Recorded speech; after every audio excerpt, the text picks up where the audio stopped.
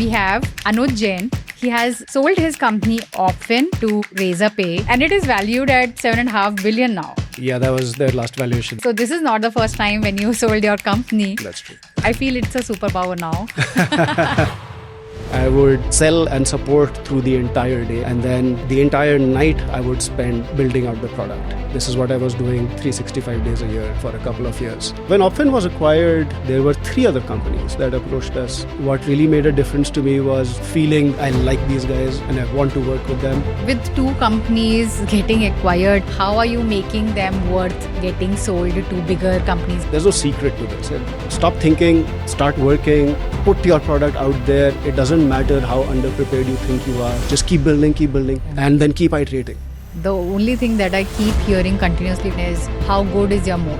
Everybody worries about competition. Somebody else could come build my product tomorrow and take away all my customers. In practice, that never happens. Execution trumps your ideas completely. It's all about execution. If you were to build a tech product today, what would be your strategy? Well, the elephant in the room for this topic is... Welcome to Pivot Point with Usha, where we talk to successful founders and investors to actually know what it takes to build, raise, and scale. Today, we have Anuj Jain. He has sold his company Opfin, which is now X Payroll, to Razorpay, which is India's biggest fintech company, right? It's pretty big, yeah. And it is valued at 7.5 billion now. Yeah, that was their last valuation in 2021, yeah. And before this, so this is not the first time when you sold your company. That's true. And I feel it's a superpower now. I got lucky. And the last company that you sold was in 2014. You built and sold the ZipPhone to Hike Messenger. Yes, Hike Messenger, right. Yes. And this was a company that you built in the basement. Yeah, it was literally a basement project, which I was building just to see if I could build it. It was more of a technical challenge for myself. And then it became popular, and then Y-Combinator invested in it. I also heard this was the first time when Y-Combinator allowed an Indian company with a single founder. Yeah. In the accelerator. Yeah, YC has very few rules. One of them is that they don't like single founders. They have enough data to know that, statistically, it just doesn't work out to have a single founder running a company. So it's something that they really discourage. Yeah. But yeah, I was, again, lucky enough to still make it. So, 2 companies and founders, they are literally dying to sell like just one company, and you did it twice. So when the Opfin was getting built and sold to Razorpay, what did you feel when this was happening? When the acquisition was happening, to be very honest, I think 90% of my time was still being spent running the company. I think the reason you become a successful acquisition is if you run a good business. So my focus was still on running the business mostly. And then Razorpay acquisition, it actually happened. There is a YC connection there as well, because Razorpay itself is also a YC company. Yeah. So I knew the founders from before. And when the acquisition happened, initially, of course, there's a lot of celebration as well and relief, because Opfin was completely bootstrapped. I never raised any funding for it. So it was a bit of a relief to finally get it to the point where there was some financial outcome from it. And then I could scale it massively with the resources of a company like Razorpay, which I couldn't do by myself. So you started building in 2006. Correct me if I'm wrong. When you were like 23. Yeah, it's been a long time. Yes. Ever since I was a kid, I always loved computers. I loved building products. I always knew that I was going to do something in computers. But when I graduated back in 2003, startups weren't really a thing. And the only way I could indulge in what I like to do was by joining like a consultancy firm. So I joined TCS straight out of college for a year. And that 1 year was enough for me to know that that's not what I enjoy doing. So I quit and then just twiddled my thumbs for a little while, and then decided to just see what I could do by myself. And, that started the ball. The ball started rolling from there. And many startups happened. Some succeeded, some failed. But here we are now. When you were starting your first company, were you scared like how it would turn out to be? Because doing a job sounds very safe. Yeah, of course. I mean, it is just statistically, it's a massive risk, and you have to acknowledge that. Yeah. But I think what also worked in my favor was that I chose very early on. I think it becomes really difficult once you settle into a job, when you have a good paying job, and let's say you have a family and you're in your 30s or 40s, quitting that steady income and, jumping off into the deep end and doing your own startup is much riskier at that point of your life. Yeah. So for me, I think it became a little bit easier just because I took that dive just right in the beginning. I never got to the part where I had a comfortable salary. So share about your first product that you were building or service that you were building and how it turned out to be. So after I quit TCS, I came back to India. I was with TCS in South America. So then I came back to India and I got in touch with somebody in the US who used to build mobile applications for Verizon, which is a cellular carrier in the US. Yeah. And this person was looking for good programmers. And it was very serendipitous. Like my brother went to IIM Calcutta and he had a friend who was married to somebody whose cousin was this guy, and they met randomly at a party and they were talking to each other. And this guy said, I've been looking for programmers and I can't find any. And my brother said, yeah, I know a good programmer. And so, we got in touch, and that's where it started from. I started developing mobile applications and deploying them on Verizon in the US with this other person. His name was Vipul. And then Vipul and I, after that, actually decided to form our own company, which was into mobile gaming. This is back in 2007 or so. Before smartphones existed, these were feature phones with very limited capacity of what they could run. You had to program everything pretty much from scratch in C.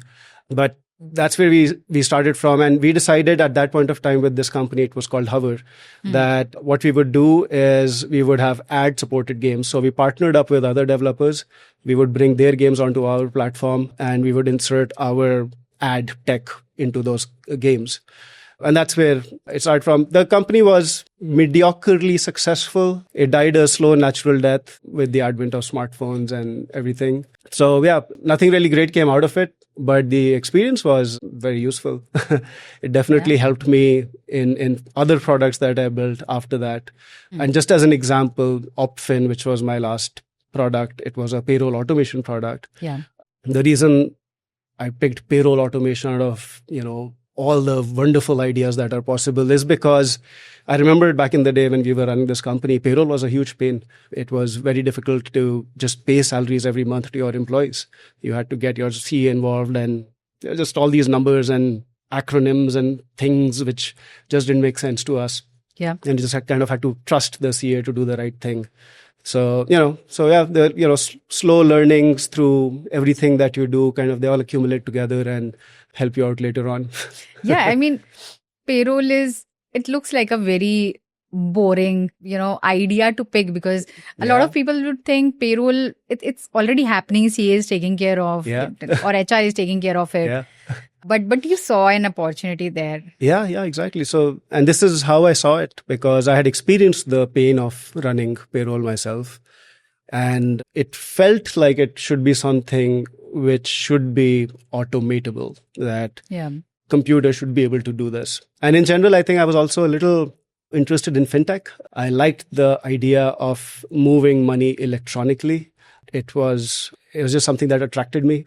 So, you kind of put these things together, and the entire payroll thing, when I initially started building Opfin, I didn't even know all of these intricacies that I was talking about. I didn't know these existed, and I literally had to sit down with chartered accountants and ask them, how do you run payroll? Like, I didn't know what was TDS or PF or, ESI and all these bunch of things. Yeah. So I had to figure all of these out. And a bunch of CEOs actually flat out told me that it's not possible to automate these things.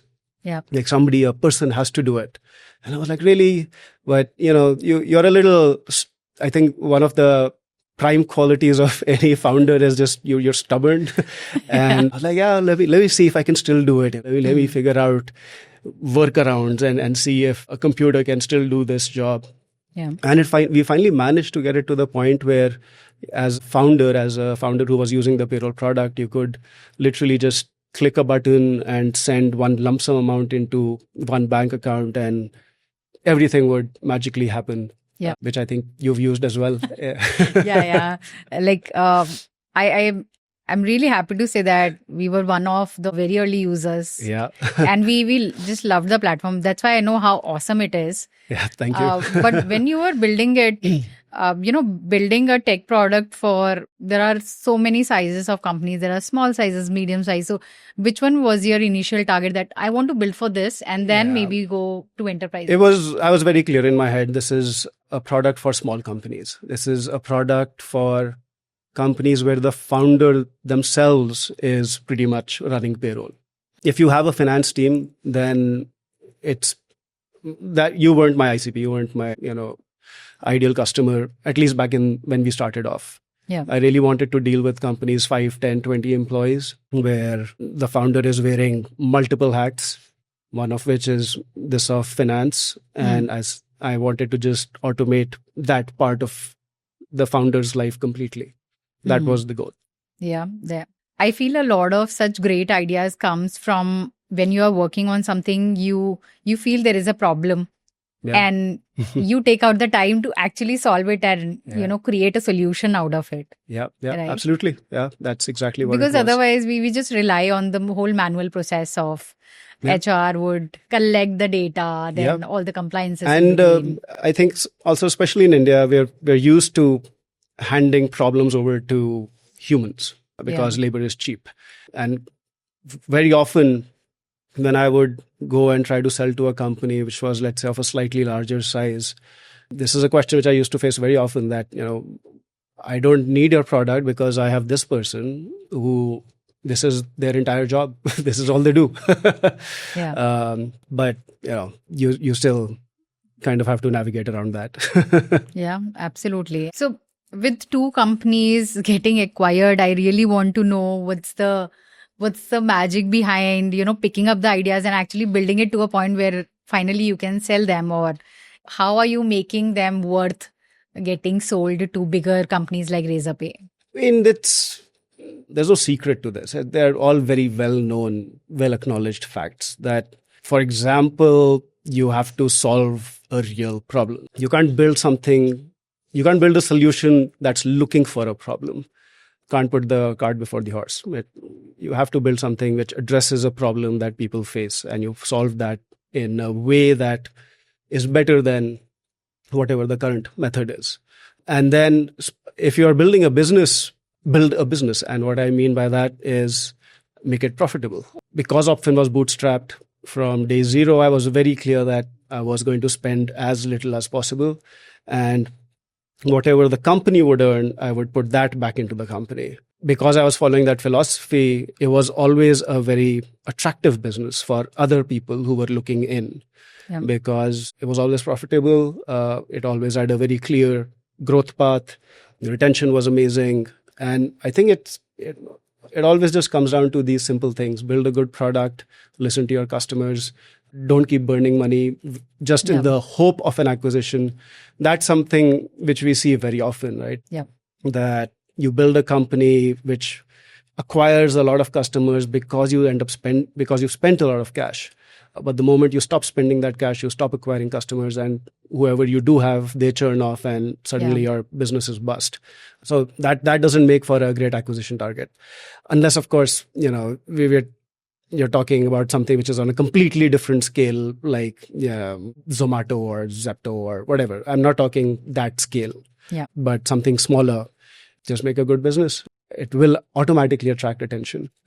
So with tech products, what I have seen is, one is you need a lot of money to build the platform, and then to keep reiterating so that, because that you are hearing a lot of feedback from people. There are a lot of people who are maybe not finding it very useful, or they found some errors and they left the platform. So what were some earlier these kind of issues that you faced and still build? Tons and tons of issues. So one thing that really worked in my favor was the fact that I am a developer myself. If I wasn't a developer and I had to hire someone to build my products out, then the equation would change a lot, because then bootstrapping it would become much more difficult. So because I was a developer myself, I would, with Opfin, my daily schedule was that I would sell and support through the entire day. I would talk to customers, new and old. And then the entire night I would spend building out the product. And just, this is what I was doing 365 days a year for a couple of years. And you have to do that because version 1 of the product, which is in your mind, is never what the product actually ends up being down the road a couple of years. It's never the same.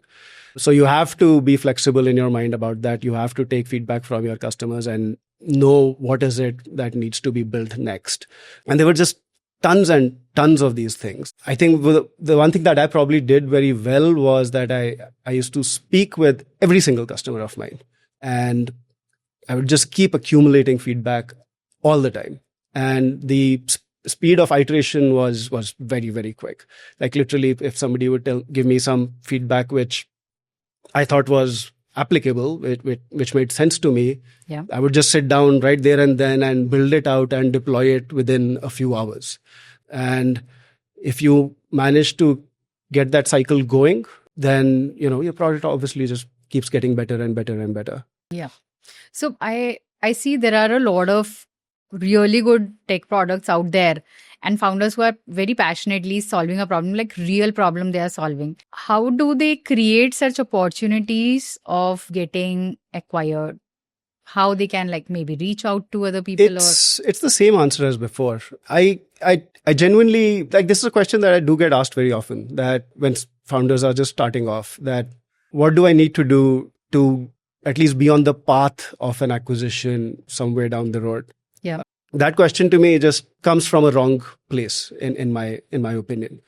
If you're building a good, successful product, acquirers will come by themselves. You can't do it the other way around. I don't think that's the right strategy. It doesn't work. Build a business like you'll never need to sell it. That is when you will be able to sell it. I mean, that's the simple fact.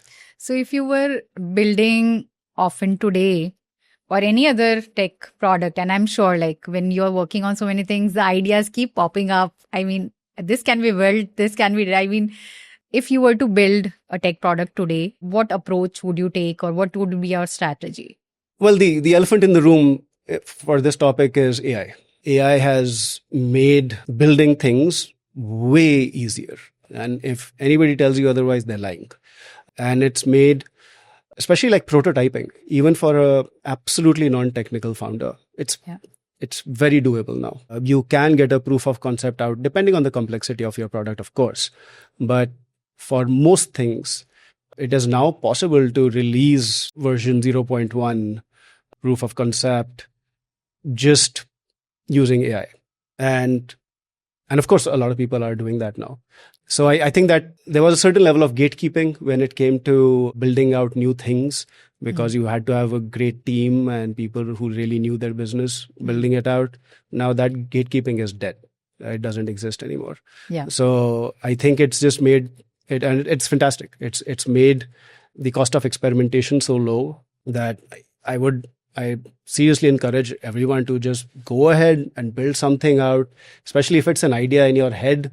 There's no reason today to just have an idea in your head. It literally takes a few hours now. That's it. And you can build it out. So build it out and then see what happens.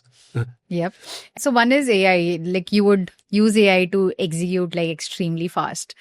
What are the expenses that you would keep in check until you are getting revenue? Everything. So I think for startups, your first big initial costs are payroll, people who you're employing, and usually cost of acquisition of your customers. And the simple formula here is ignoring the payroll side of it, that ignoring the cost of your employees. The cost of acquiring a customer should be less than the lifetime value of that customer. as simple as that. That if I spend 100 rupees getting a customer, but I know that customer is going to give me 150 rupees, then that's fantastic. You can just keep throwing money at it, hopefully, and keep scaling it. But if you're spending 100 rupees and then making 50 rupees of that customer, then you're default dead. Then it's not going to work. I think it's just keep it simple. Just look at these simple numbers. And if they're pointing in the right direction, then you're probably doing something right. Yeah, you said lifetime value of the customer, which I feel a lot of founders get wrong. So how do we track it? Like maybe cost of acquisition. Can you explain that a bit more? So cost of acquisition is obviously just, you're probably spending, let's say, on Google ads or something. You spend 10,000 rupees to get 100 leads, out of which 5 convert, let's say. So, 2,000 rupees is now your cost of acquisition of getting a single customer. Now, the lifetime value of the customer, it obviously depends on what kind of a product you're building. If it's something like Opfin, which was subscription based, where the customer is repeatedly paying you every month, then you basically end up looking at what is the average revenue you are getting from a customer every month, multiplied by how long the customer is on an average going to stay with you. So if a customer is going to stay with me for 12 months, and if they're going to spend, 1,000 rupees every month, then I know the LTV of a customer for me is 12,000 rupees. And now if I've spent 2,000 rupees, but I'm receiving 12,000 rupees of value, then, that's fantastic. And you should keep doing that. So one of the challenges that founders face is how to price your product right. And I know with your subscriptions, I mean, how did you crack it? Oh, there was no major thought, to be very honest, put into it. My costing was 100 rupees per employee per month. It just sounded like a nice round number, which was easy to understand and easy to sell. And it felt like it's the right amount that a company with 10 employees, they won't mind spending 1,000 rupees a month to automate their entire payroll process. It just felt like it was correct. And of course, you keep your own costs in mind as well. For Opfin, the great thing was that there was no human cost. The platform was automated, even on the back end fully. So the marginal cost of a customer for me was negligible. And so I was very happy with whatever subscription revenue I could get from them. And then, of course, thankfully, it also had great retention. So I never really had to worry about customers churning away as well. So another thing is all investors, like it has to be a part of everyone's pitch right now. What's your moat? And they want to know if you are differentiated enough so that competitors are not entering into the market quickly. Yeah, I don't think I necessarily agree with that too much. I wouldn't worry too much about competition or moats. Again, as long as you yourself are confident in the product that you're building and it's solving a real problem. Y-Combinator talk about this somewhere where they've mentioned this, that everybody worries about competition, that, somebody else could just come build my product tomorrow and take away all my customers. In practice, that never happens because execution trumps your ideas completely. So your idea is actually worthless. It's all about execution. And if you are executing well, then I would say don't waste your mental energy worrying about what a competitor is building. Of course, be aware of it. Maybe you can steal some ideas from them. Who knows? But focus on your product. Focus on making that better. Don't focus on the competition. It's okay. It's okay to not have a moat as long as your product is great.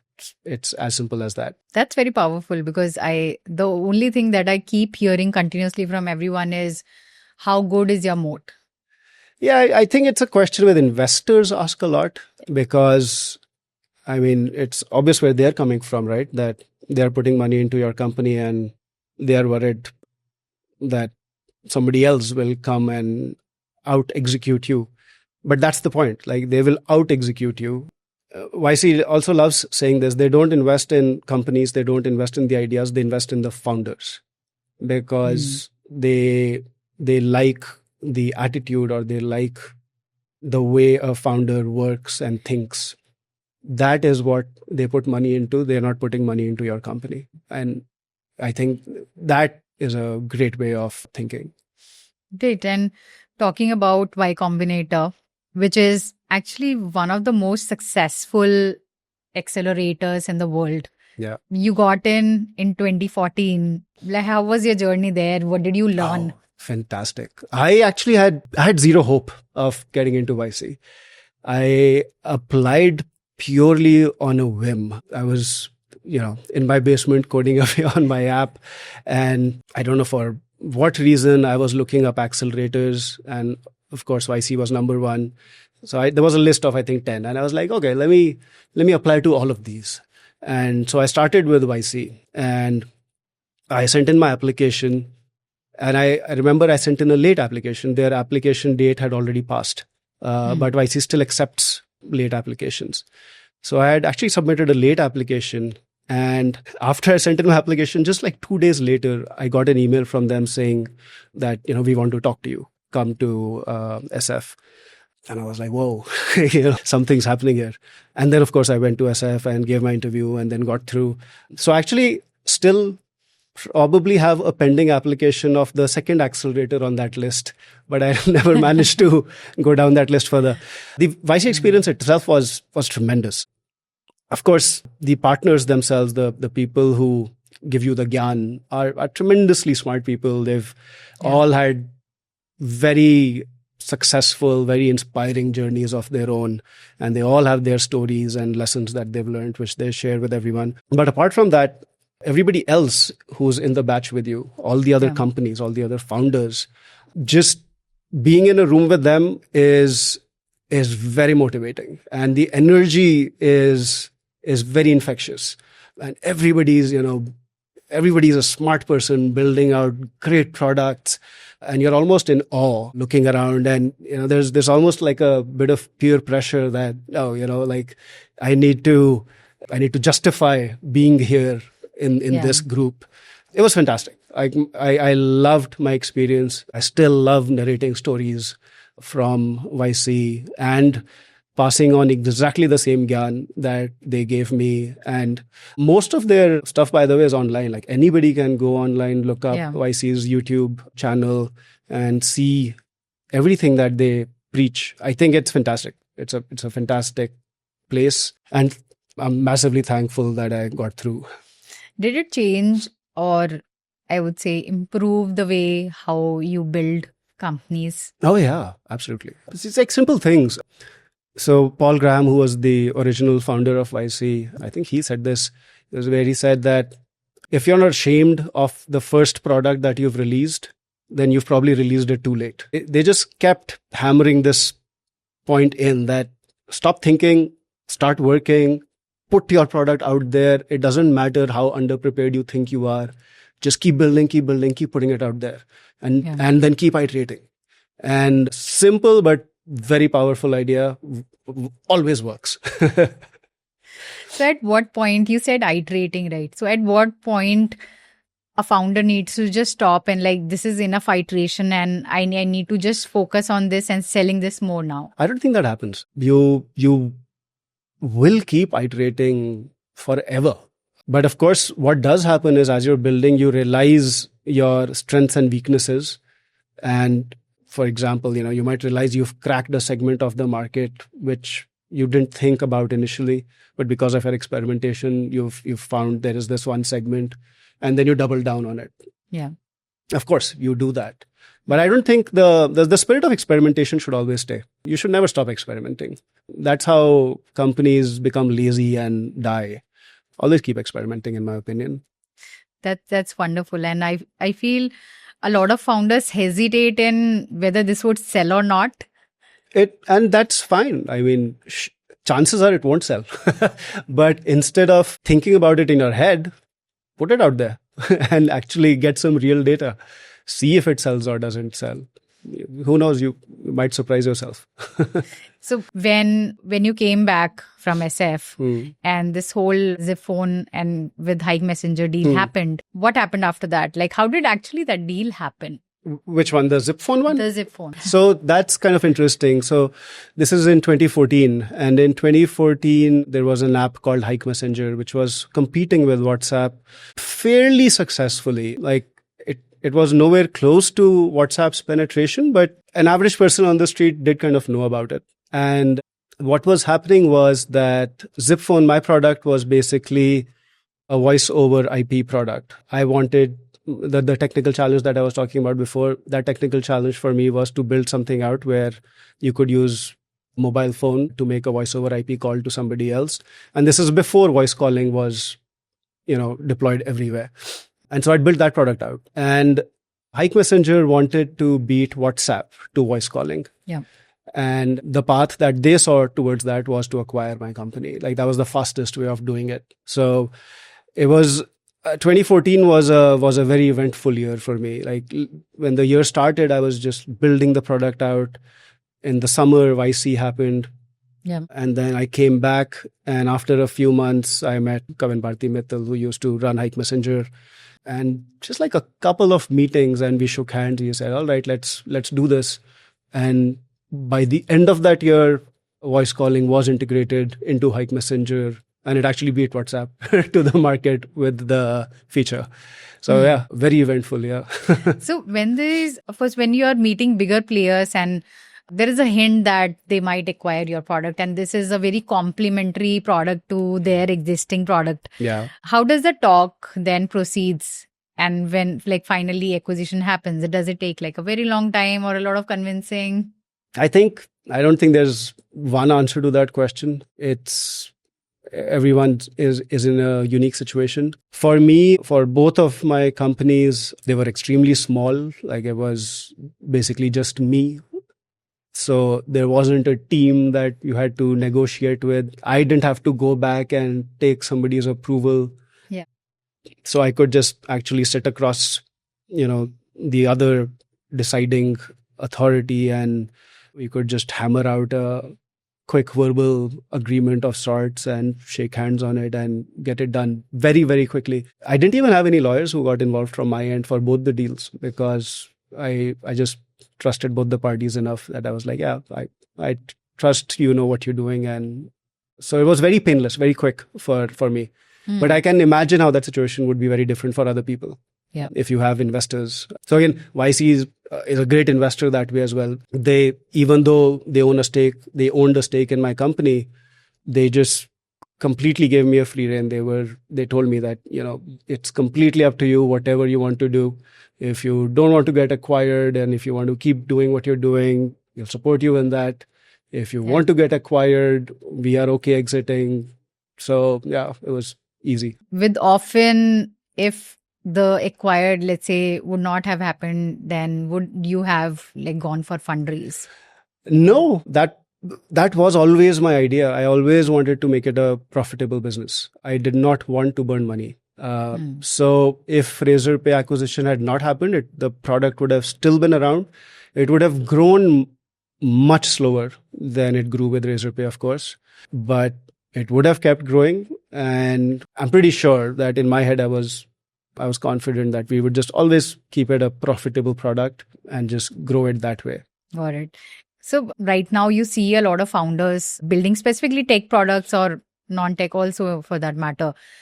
What are the biggest mistakes that, you see them making, which a lot of times you share, but a lot of times you're like, okay, what the hell?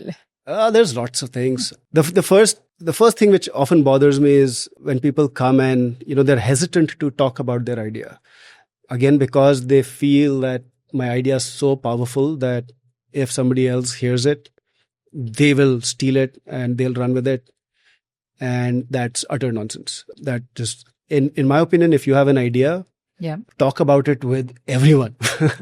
Just gain as much feedback as possible about it and start building, of course, as quickly as possible. So yeah, don't worry about people stealing your idea. Start building as soon as possible. Don't burn investor money just to acquire customers. It's a terrible strategy, unless, of course, again, unless your customer gives you more money than you spent acquiring them. And be flexible. People sometimes get very married to their idea. what the original idea that they had in their head. Yeah. And they refuse to acknowledge the signal that the market gives them that, maybe you should pivot just a little bit perhaps and not do exactly what you're doing. But sometimes you're stubborn and you refuse to acknowledge that. So just be flexible, keep iterating, never stop. That's basically it. I mean, that gets you started. That gets the ball rolling. And then from there, I think there are just so many divergent paths. It'll really have to depend on which path you end up on. Yep. I also see a lot of founders because there are a lot of suggestions from all the places, all the directions. Like investors are telling them you need to build certain ways so that the product or the business is more investment friendly. Sure. So how many of them would you actually listen to? I don't think investors shouldn't really be guiding your product roadmap. Then something's very wrong. You shouldn't be a founder. Then probably there's somebody else who can do a better job, assuming that advice was valid. But in general, not a fan of investors being so deeply involved in a company. If you've invested money in a company, it should be with the confidence that, I've given you my money and now I trust you to do the right thing with it. If investors get too involved, it's not a good sign. And I think it's important that, on a related note, it's important that you still hold on to enough of your company that it doesn't become, almost a legal requirement that you can't do what you want to do because you just simply don't even own enough of your company. Yeah. Coming to investing money, and as you said, you do a bit of investing here and there. Yeah. So in today's time, if you were to invest in a tech company, or what sectors would interest you more? Oof, that's a tough one. It's just the last couple of years, everything's turned topsy-turvy with AI. Everyone I know is building out something. And there's literally just a flood of new products in the market. I think I would just go back to the basics. If I was an investor, I would look at your books. I would see how much you're spending, how much you are earning, and then decide on that. Some places where I have invested is food tech. That seems very interesting. And it's not just about sitting on a computer and coding up software. So I think I like where tech actually has a physical impact on the world. And because then you can very clearly see and measure that impact. I don't know what else. It's very hard for me to just pick sectors. More than sectors, it depends on the actual company. Because like you said, payroll was a boring sector, right? But the company was interesting. Yeah. So I think it comes down to that. Individual companies and individual founders. And if you were to talk to these founders before investing, what are the things because you have met really great founders, you have you actually worked at a senior director at Razorpay. So you have met those founders as well. You have met really great founders who are building successful businesses, right? All over the world, not just in India. So what are these few qualities that makes a solid founder? Being humble is way up there, by the way. If I see a founder who's just super confident of themselves, who's almost cocky, that is a bad signal for me. Because I think with enough experience, what you realize is that you don't know enough. True. A lot of people assume that with experience, you just know more and more. But I think with experience, you start realizing how little you know. And then there's always that imposter syndrome which kicks in as well. So when I speak to founders, it's great if I get a good humble vibe from them. And then just the basics. You need to be extremely hardworking. You need to be smart. And it's often about the vibe, that if I sit across with you and I speak with you, do I like having a conversation? Yeah. It's just something as basic as that. It helps you decide whether I would want to give you my money or not. Absolutely. I mean, that there has to be certain trust because you're trusting them with your money and, you're vouching on them. So yeah. And, and these are soft qualities, right? And Yeah. I think people under index on the soft quality.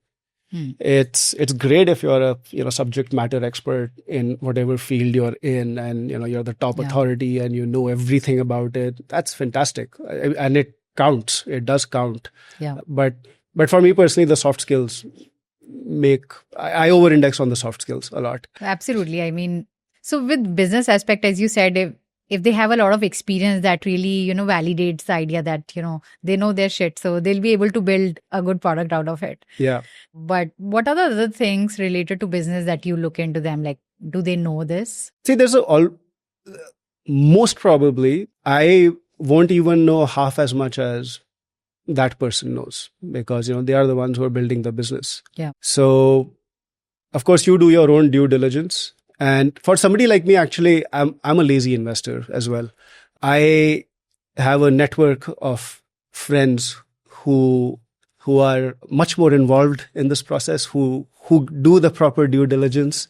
And then when they come to me, I trust them and I go along with the decisions that they are making. And so, I trust the experts and I just go along with them. Yeah, I really feel there is like a lot of ways how you're dealing with them in such a human way, which I feel is missing, like with a lot of places and people that we talk to right now. Well, I suppose so. And I hope it's a good thing. It is, absolutely. So coming back to, when this whole deal with Razorpay happened, and then you also joined Razorpay and, helping them with Opfin implementation and everything for their product. Yeah. How was that transition? Oh, very stressful, actually, because when we initially got acquired, so it was me and there was just one other person in my company, Rohit, who was managing sales. And so it was just the two of us that joined Razorpay and, formed Razorpay. It wasn't even called RazorpayX Payroll at that point of time. It was still called Opfin. And we knew that we had to rebrand at some point in the future, but it was still a few months away. And I remember Shashank and Harshil were the founders of Razorpay. We were sitting with them and chatting. And I think when we got acquired, we were at 80 customers or something like that. And we got acquired in the month of December. And Shashank and Harshil told us that, it would be nice if we had 500 customers by the end of the financial year. We didn't know how to respond. Like, how do you think that's going to happen? Like, what do you think we've been trying to do for the last 2 years? Like, how do we suddenly explode from 80 to 500 customers? Yeah. And they were serious about it. They were like, and of course they gave us resources. They gave us tons of resources, people, money to acquire on getting customers and everything. But it was just unimaginable. And to be honest, we didn't even hit that target. We didn't come anywhere close to it. But there was always that expectation that was hanging over us, that we thought we could do 500, but I guess we're not good enough to do that. And from there, RazorpayX Payroll, even though it was part of Razorpay, again, full credit to the founders for this. They gave me complete freedom. Like, the product worked like a startup within Razorpay. We were very well insulated from the rest of the company, didn't have similar expectations, similar reviews or appraisals or whatever. We were kind of allowed to do our own thing. So massively thankful for that. And that just really enabled us to grow very, very rapidly after that. And finally got it to a point where, the founders could talk about it proudly. But very stressful. It was I remember the first day off that I took was 2 years into the acquisition. I hadn't taken a single day off for the entire first 2 years. And this is like including weekends. I just working 24/7 all the time. This is for people who think acquisition is done and then it's all vacation. Oh, no. I guess for some people it could be that, rest and vest, that's what it's called. But for me, it was still my baby. It might have new parents, but it was still my baby. And I really wanted to make it grow. And I had faith in it. I had confidence in it that it could grow. And I really enjoyed working with the team. So again, I wasn't forced to not take a day off. I chose not to take a day off for the first couple of years. It was an intense journey, but fun as well. Yeah. So going from, as you said, 2 people team in Opfin to now with Razorpay. We were 75 after a few years. Yeah, 75 of us. So growing to that and having now unlimited resources. Yeah.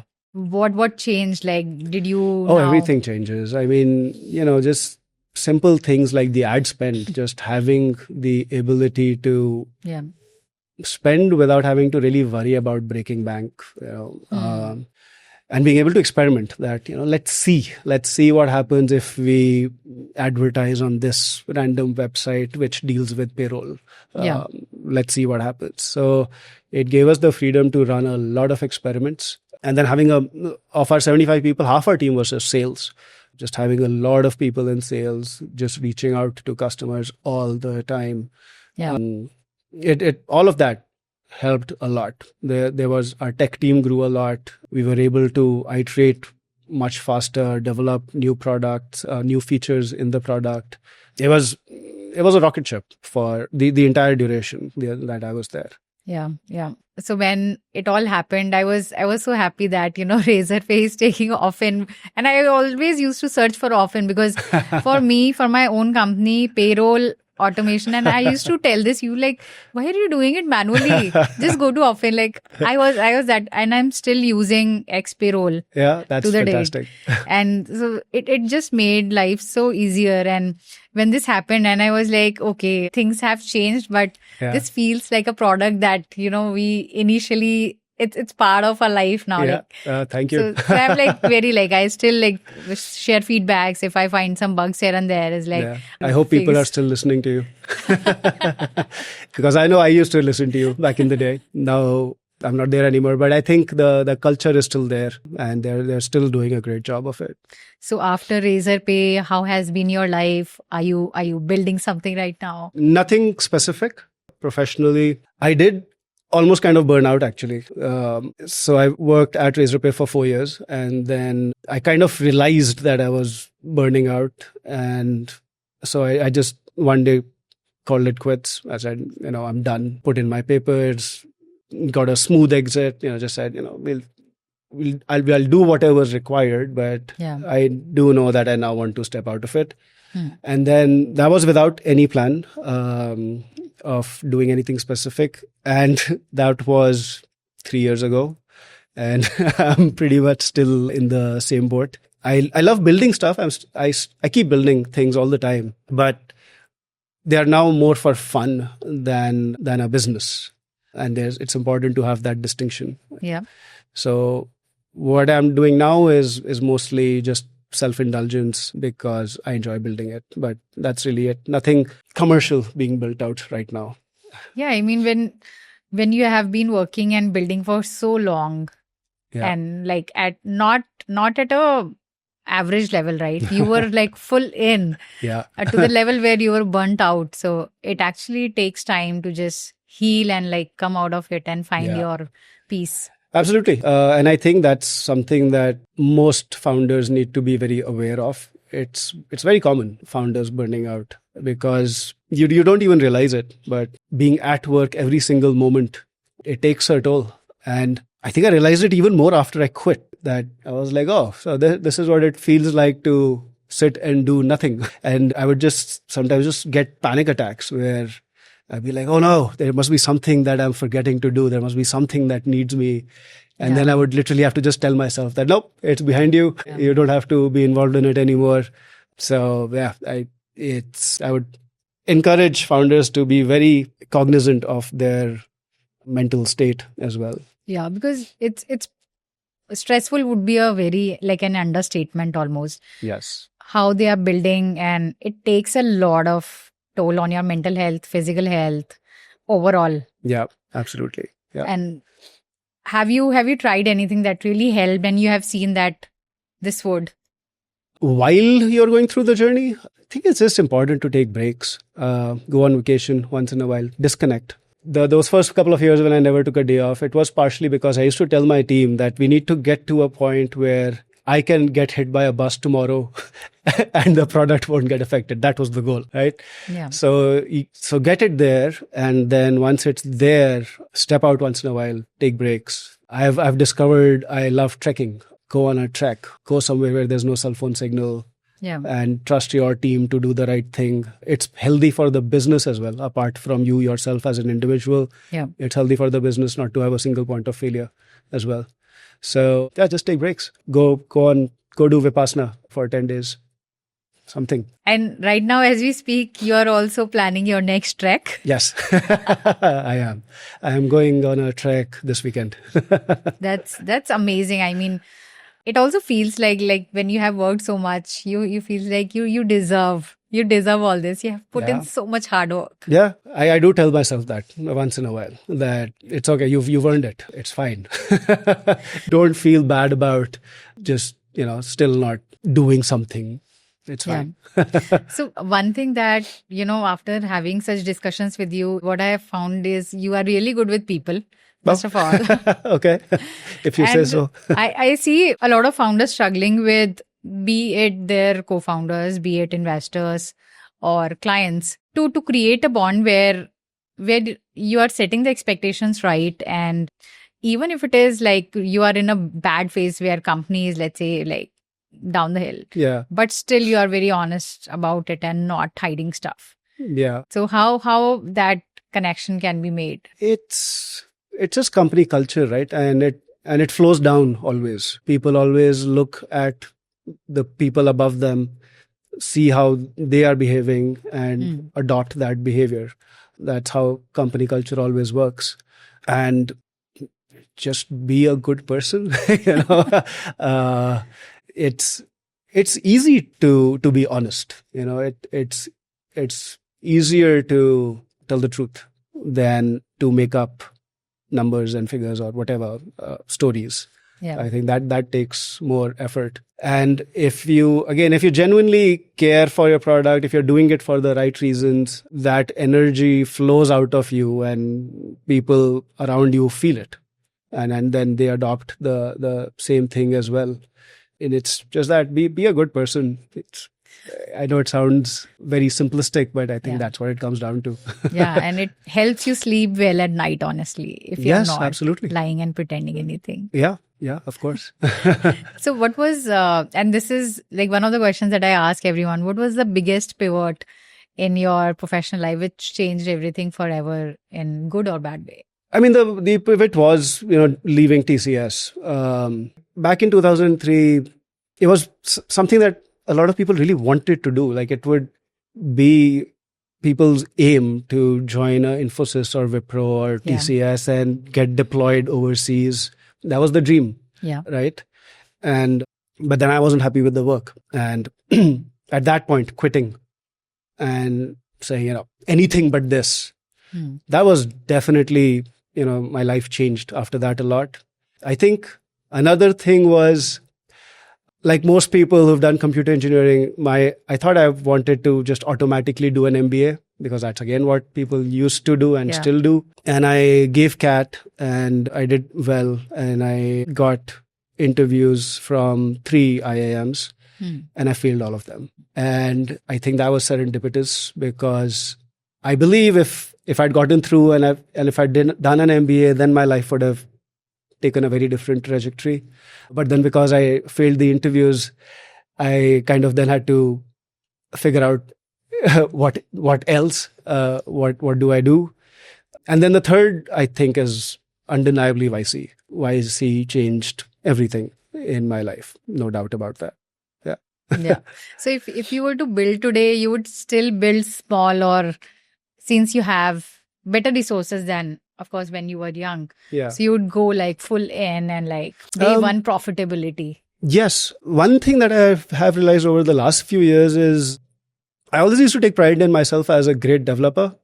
I've actually realized I'm not a great developer. There are much better developers than me around. But I think what I'm really good at is putting the entire story together, not just the tech, but the tech and the sales and the support and the marketing and everything.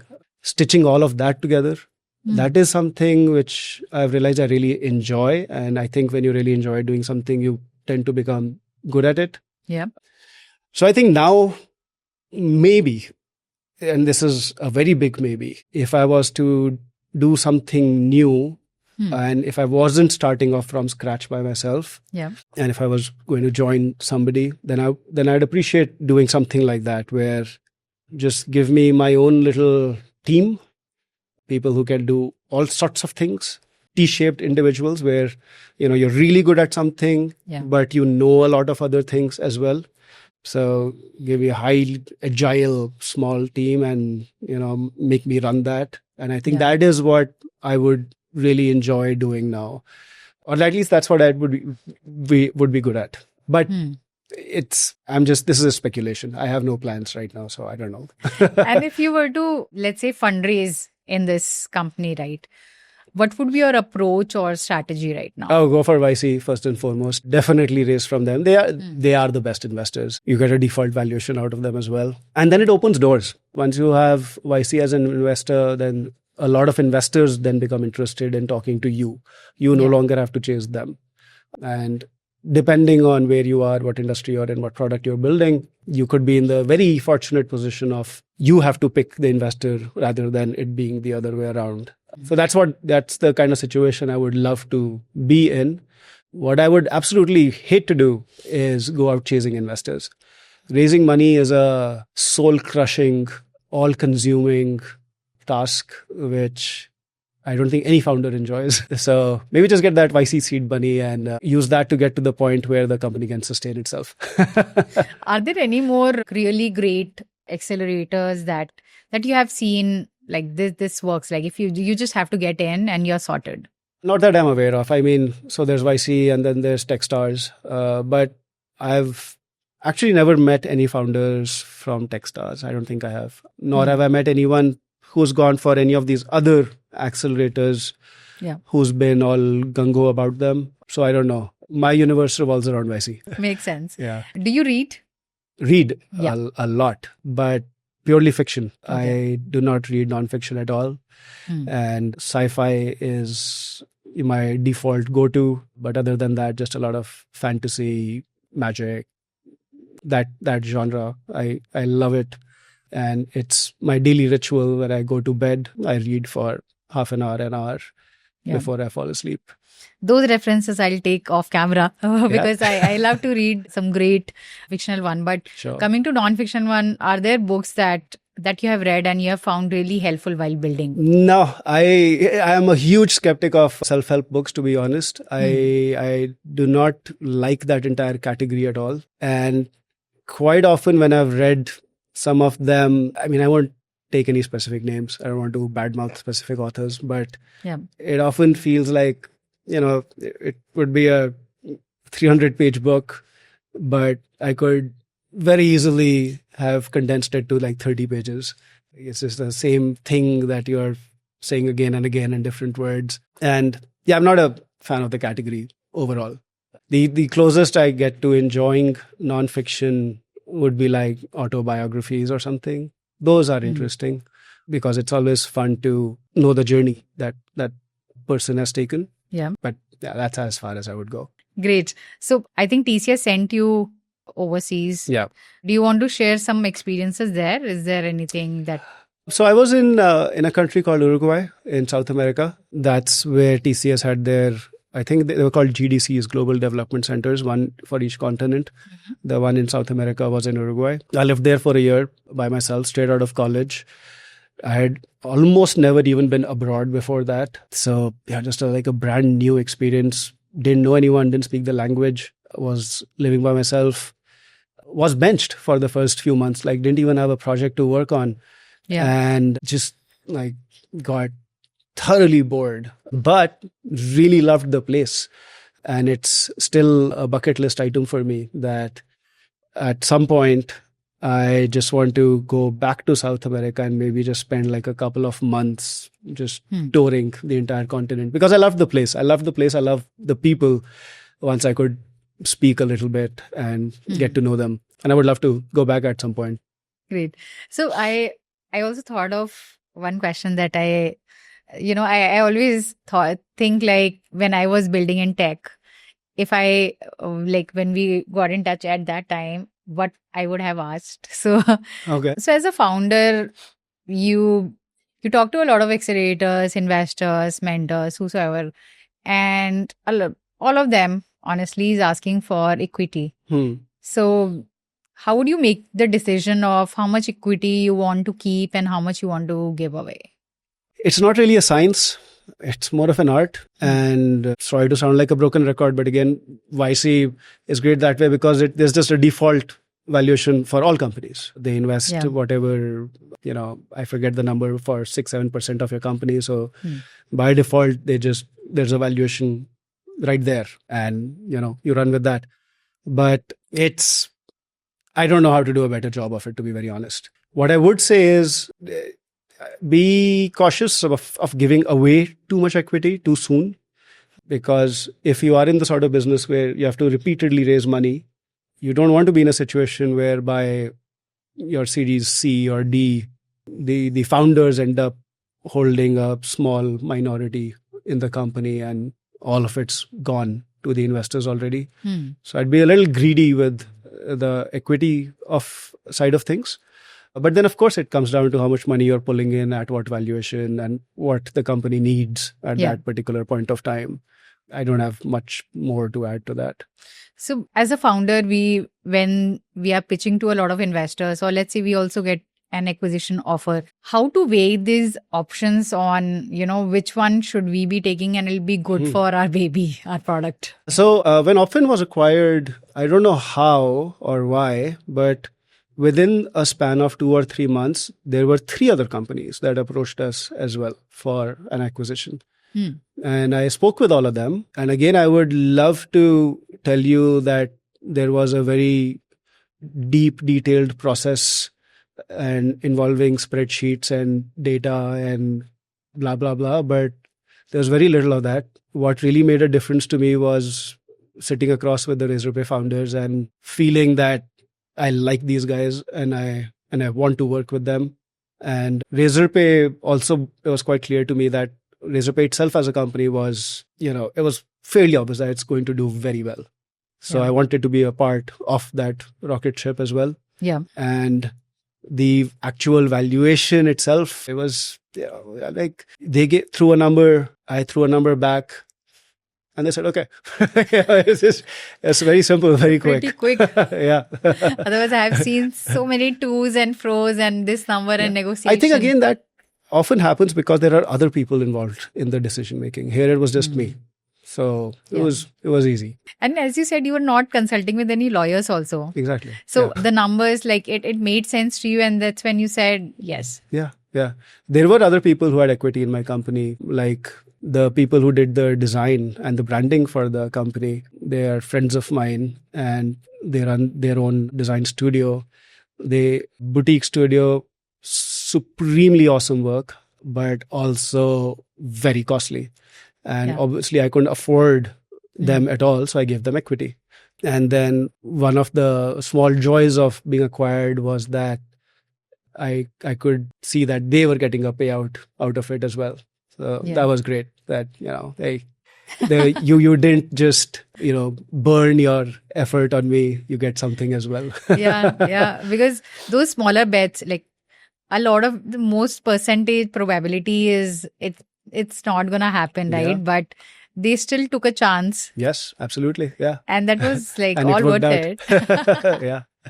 Great. Yeah. Absolutely great.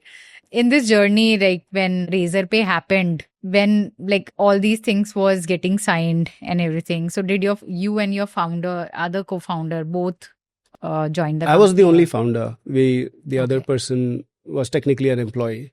But again, like we were openly talking about everything. So we were both involved in the process, both excited by it, both agreed that this is the path to take and went with it. Then one of the things that I keep doing and thinking is, as a founder, when a lot of opportunity comes with a lot of people, right? When you're networking.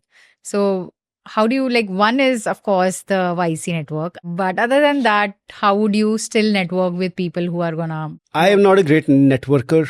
I don't enjoy networking for the sake of networking. I think a lot of founders do enjoy it, and not with bad intentions. They enjoy talking to other people, and having a network really helps. It does, undeniably so. It's not something for me. I can't network for the sake of networking. I'll go out with you, hang out at a bar, and have a few drinks. But it's more about our vibes matching rather than I'm getting to know you so that at some point we can be useful to each other. Not a fan of that. Yeah, and I think that's the best kind of connection that you create, right? With not an expectation. I suppose I mean, again, I'm not against networking. It's just something I'm not good at myself, and I don't enjoy doing it. But I mean, I definitely benefit from it. I have friends who have great networks. And then I can tap into those networks when the need arises. So I definitely appreciate the fact that they do it and they are good at it, but not for me. And so a lot of people, even in my circle, specifically who are building in tech, dying to get inside Y Combinator. Any tips for them, like how they can get it? First and foremost, just go look at the application form. The application form itself is online. You can see it. It's a bunch of questions. Yeah. Even if you're not applying, just go ahead and answer those questions. Jot down answers to those questions. It'll be a great reality check just for you yourself, because they are very, very pinpointed, particular pertinent questions about your business. Yeah. And so do that. There's tons of YC founders around now. So you can always approach someone and ask them to take a look at the application. Definitely do that, because I think the mistake that a lot of founders make is that they try to sound more educated and, use bigger words and acronyms than is necessary. Whereas YC really appreciates straight talk. Don't try to sugarcoat things. Just say it as it is in plain, simple language that any person would understand, and that is the kind of language that they appreciate. And do a couple of mock interviews with YC founder. So the YC interview is one massively stressful. It's the most stressful part of the entire process. It's a 10-minute interview by the clock. So just those 10 minutes. It's a quick back and forth conversation between you and a panel of YC partners. Yeah. And it's quick fire, ta ta ta ta ta ta ta ta. And you have to kind of be good at it. And they're really good at picking up on bullshit, Yeah. So practice that, write the application, practice your interview. And I think that's a great start. After that, I actually just come down to the founders and the company itself.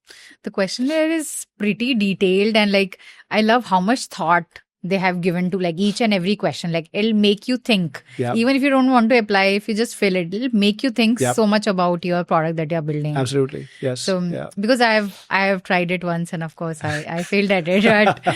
Try again. I love. The average YC company has applied to YC 4 times or something like that. They have a stat around this. So keep applying. And it doesn't count against you in any way. They encourage you to keep applying. Hopefully, every time you apply, something would have changed. You would have learned something, stopped doing something, etc., etc. They are always interested in, seeing that journey.